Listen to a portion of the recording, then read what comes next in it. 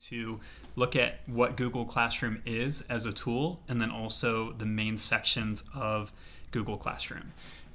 So to do this, right now we're at googleclassroom.com, and when we're on this page, you'll notice a few different things. We have all of our courses in which we're a member.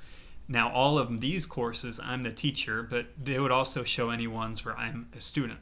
And with this, it would have my teacher's picture right here. It makes it very easy for me to know what role I have in that class. The other thing to know is that if I have any assignments, those would show up right here on the card, and it does that same thing for our students, so they know exactly what is coming their way. When you're ready to create your first class, you're going to come up to the plus sign in the top right. When we do that, we have a few different options. If you are maybe joining a class for professional development or a PLC, you might do join class, but for right now, we're going to do create class. With create class, we have 4 different fields that we can fill in, but only the first one is required. So with this, we would want to give it a class name. So this would be Disciple 3rd grade. My section, I often think of this as like a class period, so this may not be super common if we're looking at an elementary level, but if you are secondary, you might have 3rd period, A block, whatever it might be at your school. So we'll do A block. The subject is going to be elementary. Oh, don't have that, so we'll just do math. And with this, we'll do foundations. And then finally, room, and for us, it'll be 32. Once we've filled in these different fields, we're ready to hit create.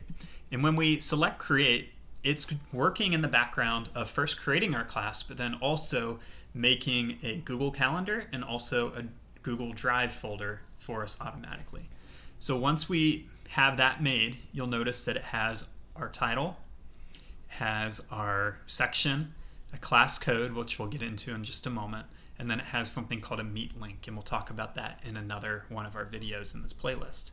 So when we're in Google Classroom, you'll notice at the top of our screen we have these 4 different headers, and each one of these is important for what we're doing, and we'll take some time really diving into each of them.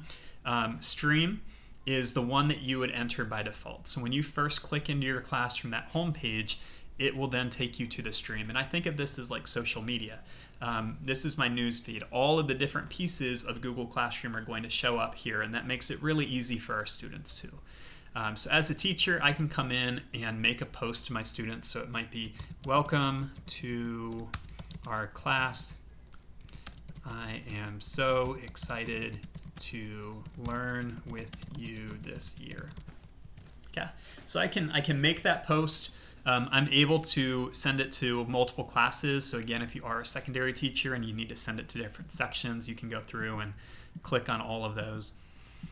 We'll look at some of these other things later, but for right now, I'm ready to hit post.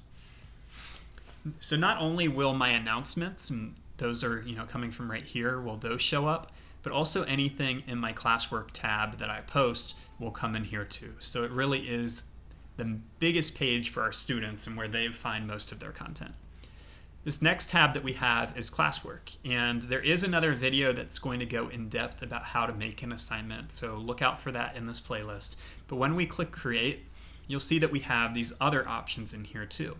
The first one is quiz assignment, and this uses Google Forms to make a quiz that students can complete, and then it will automatically grade and give the teacher some item analysis. So lots of great information in here. Then we can do discussion board posts and polls through the question feature.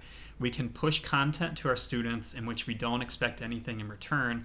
So this might be a syllabus or a project overview in materials. And then we can reuse posts from other courses in here as well. The final thing that we have is we can build structure to our course by clicking topic. So think of this as when we were classroom teachers, a lot of us started off by having a filing cabinet and a different folder for each unit that we did. Now we can use topics to organize our course in that same way.